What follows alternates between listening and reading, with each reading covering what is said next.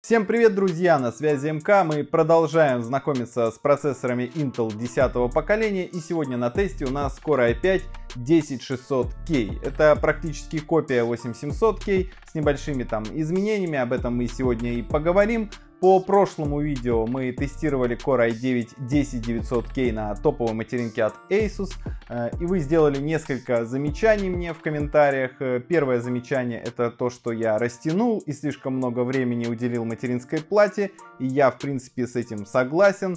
В этом обзоре такого не повторится. Мы поговорим про мать по минимуму и больше уделим времени самому тесту 10600K. Если вы помните, то моя бодянка за 5000 не справилась с i9, он оказался слишком горячим для нее, но я думаю, i5 будет для нее нормально, она справится, и мы получим максимально возможные результаты. Вторым замечанием было то, что я ругался матом, 2 раза я произнес нецензурную брань. Ну, в свое оправдание скажу, что я их запикал уточкой и употребляю мат я очень редко, несмотря на то, что я служил на подводной лодке инженером, а там, я вам скажу по секрету, матерный язык — это второй официальный. Но я вас понял. В комментариях обязательно напишите свое мнение по этому поводу. Если действительно материться совершенно не нужно, то я исключу это из своего лексикона. В общем, не будем затягивать со вступлением, и мы сразу же коротко посмотрим на мать и перейдем к процессору. Поехали! Тестировать 10600K мы будем на Asus ROG Strix Z490A Gaming. Отличие от плат Asus на чипсете Z390 здесь немного. Цена сейчас дико оверпрайснутая на все Z490 платы, и эта мать стоит около 23 тысяч. Для сравнения, собрат на Z390 обойдется вам на 30% дешевле. Быстро взглянем на комплект. В него входят 4 SATA кабеля, металлическая рамка для крепления 40 мм вентилятора на VRM, диск с драйверами, да-да, флешку не положили, температурный датчик, листочек с наклейками и макулатура. Сама плата выполнена по типичному десктопному стандарту ATX и имеет усиленные цепи питания, и это главное отличие от плат на Z390, потому что процессоры 10 поколения на пике могут потреблять до 250 Вт. Вы видели, что было с i9, ссылку я оставлю в описании. На плате используется 12+2 фазная подсистема питания, прикрытая массивными радиаторами, а запитывается процессор от 8+4 пин, что теоретически позволяет подать на плату свыше 300 Вт. А во всем другом отличие от полноразмерных плат на Z390 минимум. Разъемы PCI-Express металлизированы и радуют своим количеством. Целых 3 полноразмерных слота, один слот X1 и один X4. В общем, проблем с подключением не будет. Также на плате, разумеется, есть 2 разъема M2 с поддержкой быстрых NVMe SSD. Один из них прикрыт радиатором, а вот на охлаждении второго сэкономили. Третий M2 служит для подключения модуля Wi-Fi. Из портов здесь 7 различных USB, 1 USB Type-C, 5 аудиоразъемов, оптика, HDMI с дисплей-портом и сетевой Ethernet на 2,5 гигабита. Последний, кстати, тоже фишка чипсета Z490, на 300-х скорость проводного подключения была 1 гигабит. Встроенного Wi-Fi нет, за звук отвечает уже привычный кодек Supreme FX S1220A. На плате есть 6 различных 4-пин коннекторов для подключения помпы и вентиляторов. Также интересно расположение SATA разъемов, обычно они идут в 2 ряда, а тут в 1. Так подключать накопители будет проще. BIOS аналогичный, что и в модели Maximus 12. А вот теперь переходим к гвоздю сегодняшней программы, процессору Core i5 10600K. И первое, что нужно понимать, это все тот же 14-нанометровый Skylake, без каких-либо улучшений. Так что тем, кому показалось, что этот шестиядерник схож с Core i7 8700K, знайте, вам не показалось. Это абсолютно идентичные с точки зрения количества ядер камни, и единственный плюс за Core i5 это припой под крышкой, что в теории даст лучший разгонный потенциал. Итак, формально процессор имеет 6 ядер и 12 потоков, теплопакет в 125 Вт и частоту до 4,5 ГГц на все ядра. Для сравнения, Core i7 8700K имеет теплопакет в 95 Вт и частоту частоту до 4,3 ГГц. Но мы и так отлично знаем, что Intel берет TDP с потолка, и на деле оба процессора в разгоне вполне могут потреблять до 150-170 Вт. Тестировать процессор будем в паре с двумя модулями ОЗУ по 8 ГБ Adata XPG Spectrum D50 с частотой 3200 МГц и таймингами 16-20-20. После теста этот кит я подарю случайному подписчику моей страницы, ссылку я оставлю в описании. Появится пост, и его нужно будет только лайкнуть. У меня осталась все та же водянка, которая не смогла справиться с Core i9-10900K, однако с Core i5 все будет проще. Intel утверждает, что пиковое тепловыделение у него 182 Вт, когда у 10-ядерника оно достигало 250. Давайте перейдем к тестам.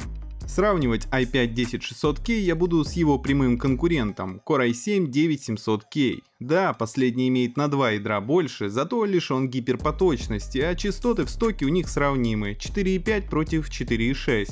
При этом формально Intel оценивает старый Core i7 дороже нового Core i5 на целых $120. Посмотрим, имеет ли смысл платить за предтоп предыдущего поколения. Для начала несколько бенчмарков. Corona 1.3 является популярным тестом рендеринга, который отлично нагружает все потоки и ядра любого домашнего CPU. И как можно видеть, 12 потоков оказываются лучше 8 ядер. Новинка справилась с задачей за 2 минуты и 21 секунду, что на 24 секунды быстрее, чем Core i7. Теперь прогоним тест процессоров CPU-Z. Он тестирует не только общую, но и одноядерную производительность, и тут мы видим полный паритет. И это ожидаемо, архитектура не поменялась, частоты одинаковые, так что производительность на одно ядро также не выросла.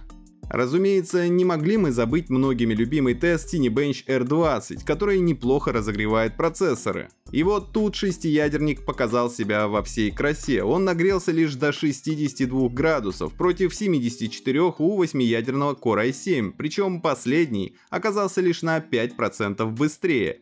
Ну и завершим синтетику в 3D Mark Time Spy, который также имеет тест CPU. И тут новинка показывает, что 12 потоков все же быстрее 8 ядер, набирая больше 7200 баллов и обгоняя своего конкурента на 10%. А как же показывает себя новинка в сравнении с представителями красного лагеря? Ближе всего по характеристикам оказывается Ryzen 5 3600, у него также 6 ядер и 12 потоков, а частота колеблется около 4 ГГц. И как оказалось, между ними паритет. В тесте Cinebench R20 оба они набирают около 3300 баллов. Однако нужно понимать, что Ryzen стоит ощутимо дешевле. Его можно найти за 13 тысяч рублей, тогда как за Core i5 придется отдать на 10 тысяч больше. Правда, при этом в играх решение от Intel традиционно будет быстрее, но разница в FPS не превысит 10-15%. И тут уже вам решать, переплачивать ли за новинку от синих или нет. Подводя итоги по бенчмаркам, можно сказать, что Core i5-10600K определенно удачный процессор. 6 ядер с гипертрейдингом в целом выступают на уровне 8 ядер Бизонова, оказываясь при этом ощутимо холоднее. С учетом того, что и стоит новый Core i5 дешевле старого Core i7, он вполне может стать бестселлером. Теперь перейдем к играм. Все тесты я проводил в разрешении Full HD с низкими настройками графики, чтобы не было упора в видеокарту, в моем случае это RTX 2070. Я прогонял исключительно внутриигровые бенчмарки, чтобы получаемый FPS был максимально достоверным и не зависел от случайных событий в игре. И начнем мы с одной из самых процессорозависимых игр — Assassin's Creed Odyssey. Это первая игра серии, в которой нет ассасинов. Действие происходит в Древней Греции в 431 году до нашей эры. Это самая ранняя игра в серии, даже новая часть Valhalla, которая выйдет в конце года, начинается в 873 году во времена завоеваний викингов. У Одиссеи огромный открытый мир, самый большой из всех, что встречались в серии. Эта игрушка вполне может загрузить под 2 десятка потоков, поэтому неудивительно, что Core i7-9700K часто грузился в сотку и выдал в итоге 115 FPS. А вот Core i5 с 12 потоками чувствует себя вольготнее. FPS такой же, но вот нагрузка колебалась от 70 до 80%, так что запас для игр у нового Core i5 даже выше, чем у старого Core i7. Перейдем к Far Cry New Dawn. Она представляет собой ответвление Far Cry 5. События игры разворачиваются через 17 лет после ядерного взрыва. густые непроходимые леса, мутанты и яркая растительность. Несмотря на не самую лучшую физику и тупых NPC, игра яркая и веселая, но мне она быстро надоела. Far Cry New Dawn гораздо хуже работает с многоядерными процессорами, и обычно в ней хорошо видны 1-2 сильно нагруженных потока.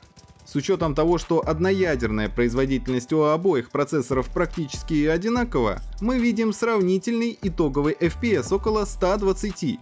При этом, опять же, хочется отметить, что новый Core i5 был нагружен гораздо меньше, чем Core i7, так что потоки опять рулят, да и разница в 10 градусов говорит сама за себя. Следующая игра на тесте — Metro Исход. Игра создавалась бывшими разработчиками Stalker Тени Чернобыля, которые ушли из-за разногласий с главой студии и основали собственную команду 4A Games. А в основе всех частей Metro лежит собственный движок 4A Engine. Игра с самого начала задумывалась как антипод Stalker. Вместо обширных локаций разработчики хотели сделать узкие коридоры, а акцент секшена сместить в сторону интерактивности. Но Исход, вышедший в феврале 2019 года, впервые за историю серии вывел игрока за пределы постъядерной Москвы и ее метрополитена и этим знатно нагрузил компьютеры геймеров.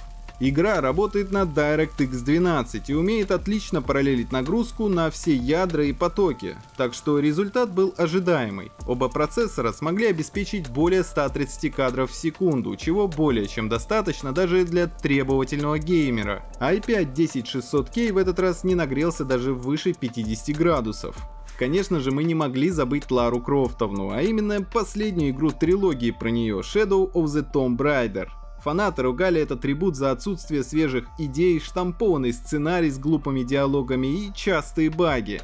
Но с чем не поспоришь, в игре действительно красивая, детальная графика, впечатляющие локации, в общем, прекрасный визуальный ряд. Игра опять же работает на DirectX 12, и думаю, вы уже догадались. Да, между этими процессорами снова паритет, оба выдали чуть больше 150 FPS. При этом опять же хорошо видно, что Core i5 нагружен меньше, чем i7 прошлого поколения. И завершаем игровое тестирование в Hitman 2, которую превратили в сезонный сериал. Многие игроки, плюнув, мягко говоря, на не самый лучший сценарий, проходили эту стелс-игру как трэшовый экшон. И это неудивительно, именно из-за сюжета и статичных кат-сцен хотелось начать убивать. И несмотря на то, что в графическом плане изменения минимальны, карты стали крупнее и игра достаточно требовательна к процессору. Тут уже видно, что Core i7 слегка отстает, выдав 114 кадров против 128 у Core i5. При этом новинка была нагружена чуть больше, чем наполовину, а вот Core i7 под 90%, что опять же показывает, что современные игры отлично научились работать с множеством виртуальных потоков и что именно они сейчас рулят. Разумеется, мы не забыли про разгон, и наш Core i5 без проблем взял магические 5 ГГц по всем ядрам. В синтетике прирост относительно стоковых 4,6 ГГц вполне ожидаем, около 10%. В CPU-Z получилось набрать порядка 4450 баллов против 4000 ранее. А вот в играх разница ожидаемо меньше. Например, в Assassin's Creed средний FPS вообще не изменился. Почему? Да потому что все еще в достаточно большом количестве игр, даже если мы играем в Full HD с низкими настройками, упор происходит в видеокарту, поэтому ожидать прироста производительности от разгона CPU не стоит.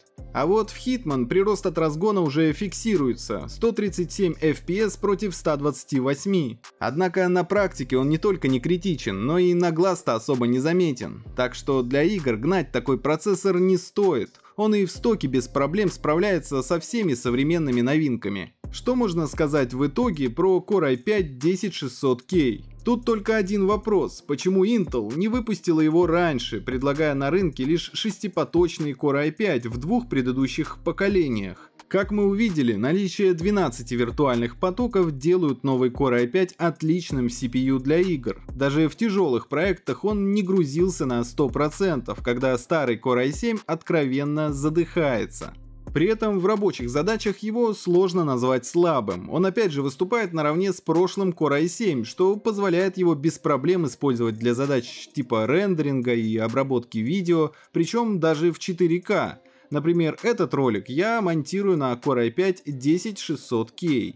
Единственная его проблема, вернее даже не его, а современного рынка, это достаточно высокая стоимость плат на чипсете Z490 и полное отсутствие в продаже решений на более младших чипсетах. Напишите свое мнение в комментариях, сможет ли новый i5 найти своего покупателя в такой плотной борьбе с Ryzen. Не забудьте про конкурс на оперативку и подписку на канал. На связи был МК. До скорых встреч!